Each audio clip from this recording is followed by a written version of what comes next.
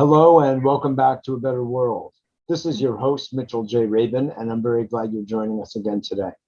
Today, we're going to pick up with Susan Davis, who we just interviewed recently, and we're bringing in Walter Moora, her husband, biodynamic farmer, the other half of this incredible duo that is making a difference now, not just in the United States of America, but also in Ecuador. They have moved down there actually many years ago. As usual, they are pioneers. They see into the future. They see why they should be in a beautiful place like that, which is not just beautiful, it's also sacred. And some of the relationships they have forged down there are testament to that. So it's going to be very interesting to hear Walter and Susan speak right now about their life in Vilcabamba, Ecuador, where a group of us just were recently visiting them at their invitation, kind invitation, generous invitation, to partake in some of the blessings of the Kogi who came from the mountains of Colombia. So, bienvenidos, Walter. Hello, very happy to be here. And welcome, Susan. Welcome back to A Better World. Great It's a to have pleasure. you both. So, Walter, would you start us off, if you would, on what, first of all, motivated you to go there, of all places on the planet, and what you've set up there to accomplish? Okay, well, when I was about 17, I already decided I wanted to be a farmer. And within a couple of years, I was a little disillusioned with conventional farming, and I found out about biodynamic farming. So which is the basis of Rudolf Steiner's beautiful work. Yes, and it's like he has a whole cosmology, and then he had also the more practical things like Waldorf education and biodynamic farming. And so that's been my whole life. But by the time I was in my 50s, I was pretty exhausted because I'd been working, 12, 14-hour days as a biodynamic dairy farmer. And we decided we would take a sabbatical, and we were trying to find a nice place to be, and everything was booked out. And then Susan was talking to somebody, helping somebody, and she mentioned that she had just bought a place in Vilcabamba in the southern part of Ecuador and offered us a vacation. So we came down and really fell in love with the place. And within 7 days, I'd bought a house, and that's how our journey started. It wasn't like we did a lot of research or anything. It just sort of fell in place. It was a little intuitive. And then a few years later, we actually moved down here. I sold my cows in Wisconsin, and Susan had a gap in her work, and we tried it, and the internet was good, and it's just a beautiful place down here. It's eternal spring, valley of longevity. Yes. And we love it here. It's beautiful. Yeah. Oh man, that is so beautiful. And your place, your land is so beautiful. It's so welcoming. You two are so welcoming. And it was truly fantastic for all of us to be there on the land that you have both shared so much love with. You can almost feel it coming up from the soil. Yeah. And I think that that's probably one of the reasons the Kogi also keep wanting to come back, which is so unusual, and build a house there, one of their forms of houses, which is phenomenal. Maybe you could talk a little bit, would you, about that, about how that relationship took form and shape? Okay, well, again, that wasn't planned or anything. We were offered this land, and I had done some geomancy courses. I knew about the spiritual landscape standing behind the physical world, like we have chakras and stuff. So the earth has chakras and vortexes and stuff, and this farm just felt wonderful to be there. And then we belonged to a group that worked with the Kogi. They're indigenous group from the northern part of Colombia, and they were invited down, and they did their divination, and they said, yeah, we'll come, but we're going to come 4 times to reactivate this ancient sacred site. And so that was like a total surprise. Well, maybe not a total surprise, but it was a wonderful thing. And the third time they came down, they asked if we would like to build a spirit house based on their original designs. So at first I was a little reluctant, what do you do with a spirit house on your land? But I decided to do it. And I went up to Santa Marta where they live and connected to the beings, the spirit beings there, and then also looked at their houses, and we built the house, and they came down to baptize it. They do a lot of ceremony, and they lit a fire in the middle of the house and said, "This fire is never allowed to go out." By the way. And so we ended up being firekeepers, and basically the fire has gone for 3 years now. Sometimes, we have a lot of volunteers on our land. Sometimes they make a little mistake. They don't understand, there's a skill to keeping a fire going, but it has really been going for 3 years.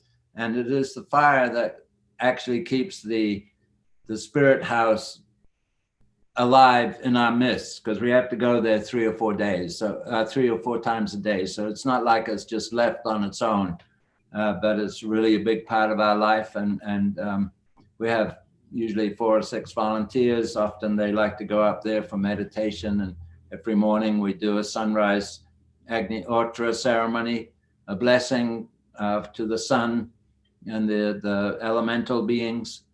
So it's a very central part of our life. And I think let me say, we thank the sun for bringing light to earth every morning.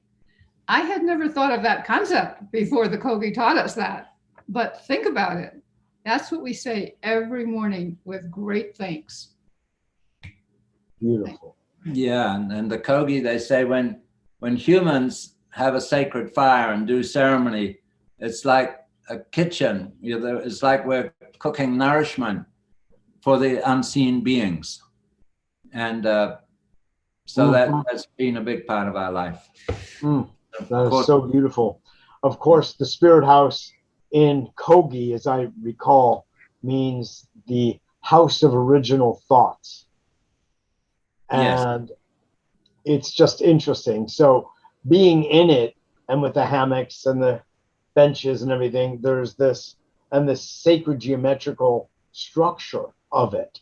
There is a feeling that anyone would experience being inside that space.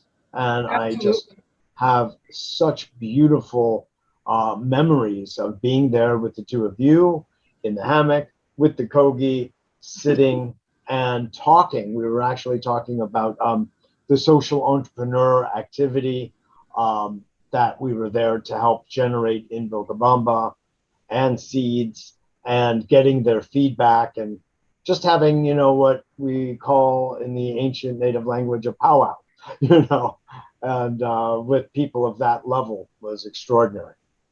Yeah, it's beautiful. So maybe you could talk a little bit about the other part of the reason they've been coming down. On one hand, it was to bless the land and what has become our work, but also the water. The water is a very big part. As you were saying, Susan, the fire from the sun to light up the world, and also the water to also nourish it. So perhaps you could just share with us a bit about that. Yeah, well, we have a dry season here and a wet season, rainy season, and the hills are very dry.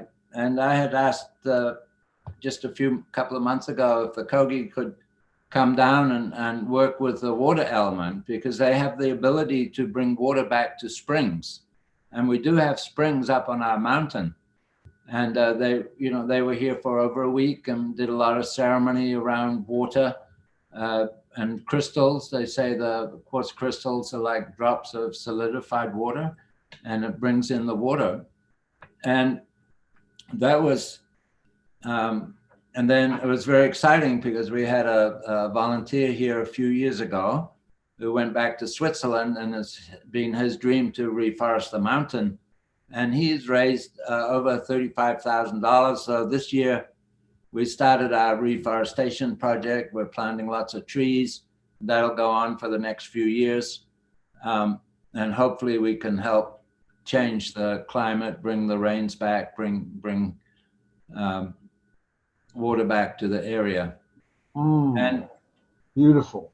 yeah. Do you feel some regeneration of water happened in those springs with the Kogi's presence? Has there been something notable that you've seen? Well, they said it would take a couple of months, and our rain started October, and we've had a lot of rain this year, so that's been nice.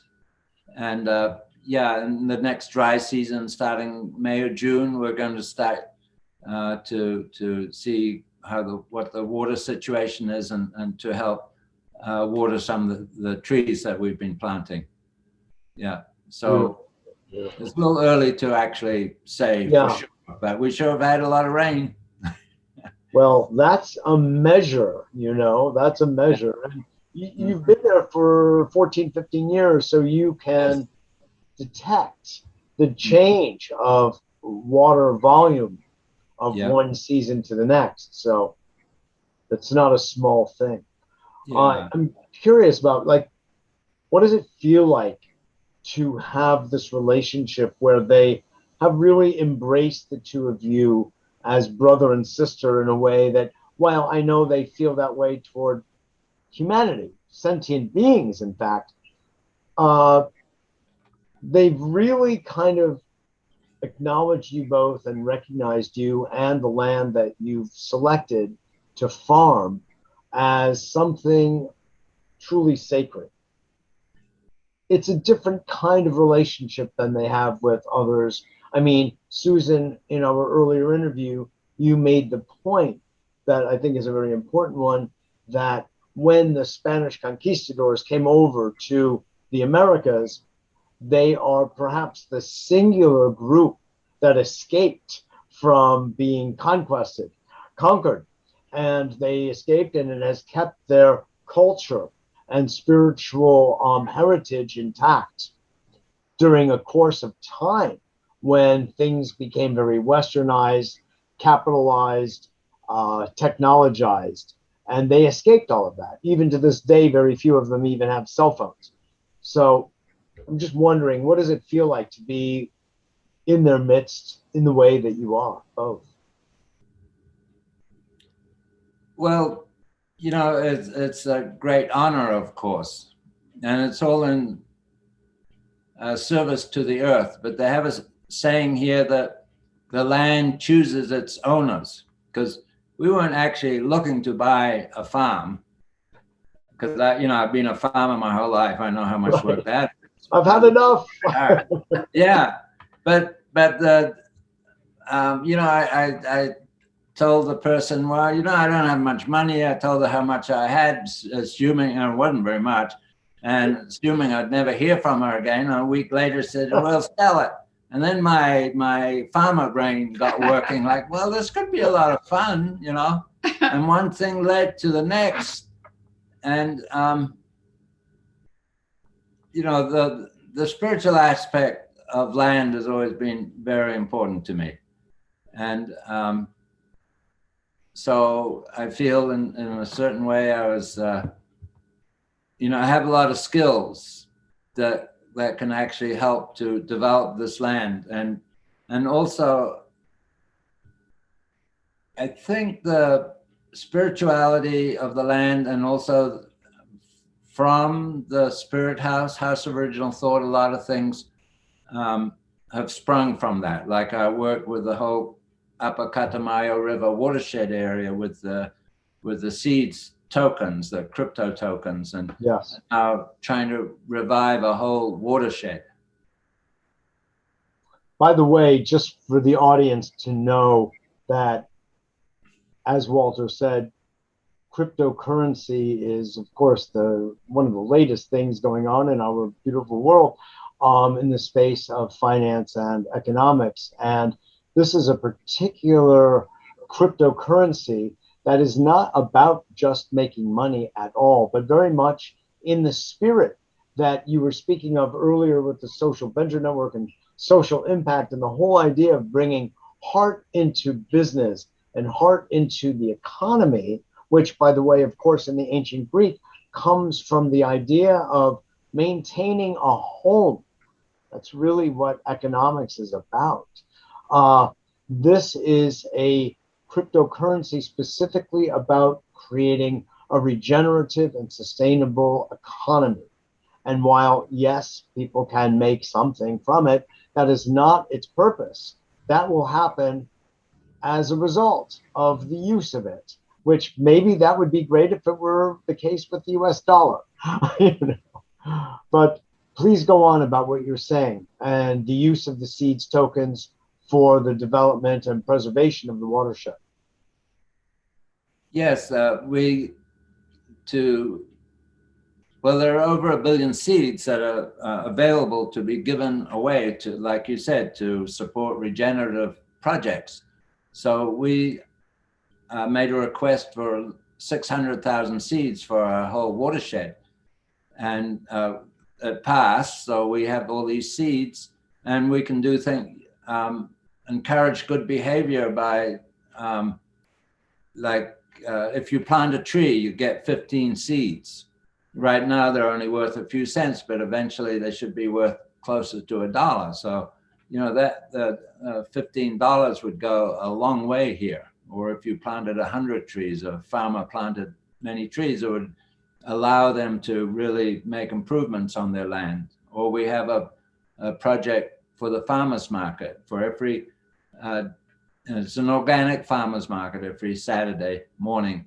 If you spend $1 at the market, you get 10 seeds, and the vendor gets 10 seeds. So it's really going to encourage conventional farmers to go, organic, and also encourage consumers to go to the market, because every dollar you spend, you have the potential to get $10.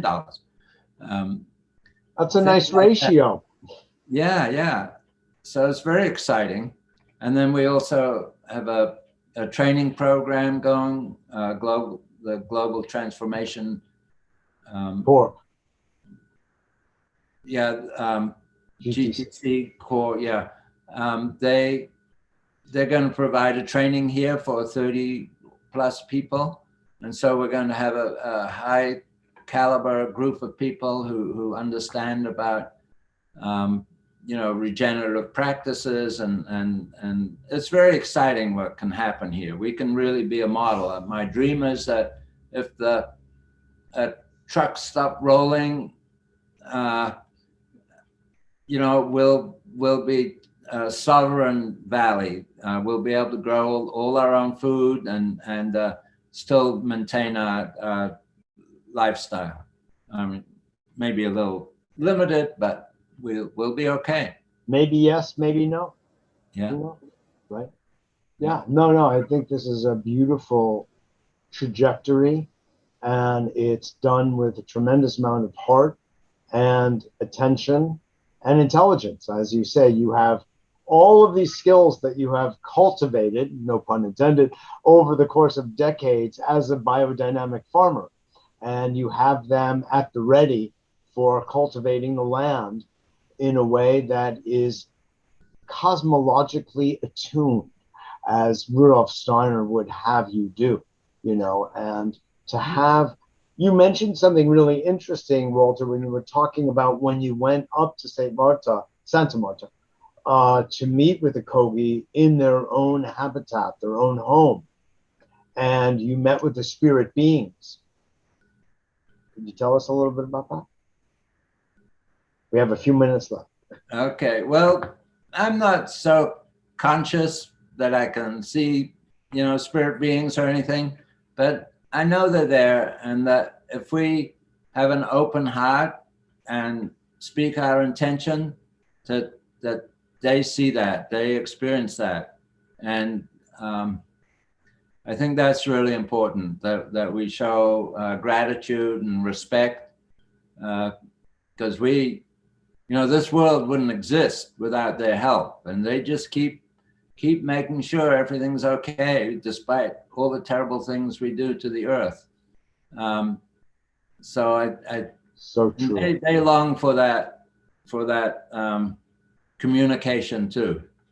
So, I want to also add in the Indigenous presence that we respect so highly, because I've been working with Indigenous most of my life. I brought microenterprise to Nigeria for almost no cost, et cetera. I've been very aligned. So we have two of our main partners are Indigenous. The husband was actually the head of the tribe. That was the key tribe here. So we very much honor and respect Indigenous practices and welcome Indigenous members as well. Beautiful, beautiful. yeah, that's It's a so- very important part of our work, is the bridging of the North and South. You know, the eagle and condor working as one, flying as one, and that's so important. We've lost in the North the heart forces. You know, we've become pretty intellectual and lost contact. That's a big part of our work. Yeah, exactly. No, I appreciate it so much. It's so funny. I muse to myself and sometimes even laugh out loud at the thought that we, white European-based folks came here to Turtle Island, to the United States, to North and South America, and thought we knew everything. And these primitive people, we will just move them along and capture their resources and own it ourselves and help to convert them into good Christians and all of that, without knowing anything about their real culture, with a few exceptions like Benjamin Franklin and Thomas Jefferson, who got some of the message, not all of it, but enough to bring forward into our, Bill of Rights and Constitution and the like, and God bless them for that. But there is so much more they could have learned and utilized. And here we are in the 21st century, only to see. Now, some of us knew all along, but they have been teaching us about how to have right relationship with the earth, with Mother Earth as a living being. And that is where we are all coming back to now. Yes. And we have to. Yes. Walter, you were about, right? Yes. You were about to say something. Yeah. No, it's good. I was listening. Yeah. But Coming full has been circle. wonderful working with our Balta partners. You know, they do their Indigenous practices. They still plant by the moon and all that stuff. And then we bring in our biodynamic practices, a little different, but we honor both. Yeah. Well, thank you both for being guests today and Great. sharing with our audience the beautiful work, heart-based work that you're both doing, whether it's in the United States, in Wisconsin, in New York State, or Chicago, or Vilcabamba now. And we look forward to carrying on together. We're all part of this together, as they say. God bless. Yes. God bless. Okay. As Reverend Jesse Jackson said, we may have all come over in different boats, but we're all in the same boat now. It is True true. words, right? It is true. Yeah. God bless Thanks you again. for these programs. They're wonderful. God bless. Okay. Thanks Yeah. again. Bye-bye. Bye-bye now. Mitchell J. Rabin for A Better World. Thanks so much for joining us. I hope you enjoyed that also, as I did. Walter Moora and Susan Davis down in Vilcabamba, Ecuador, speaking with us here at A Better World, based in New York City. It's a pleasure, and I look forward to seeing you all next week.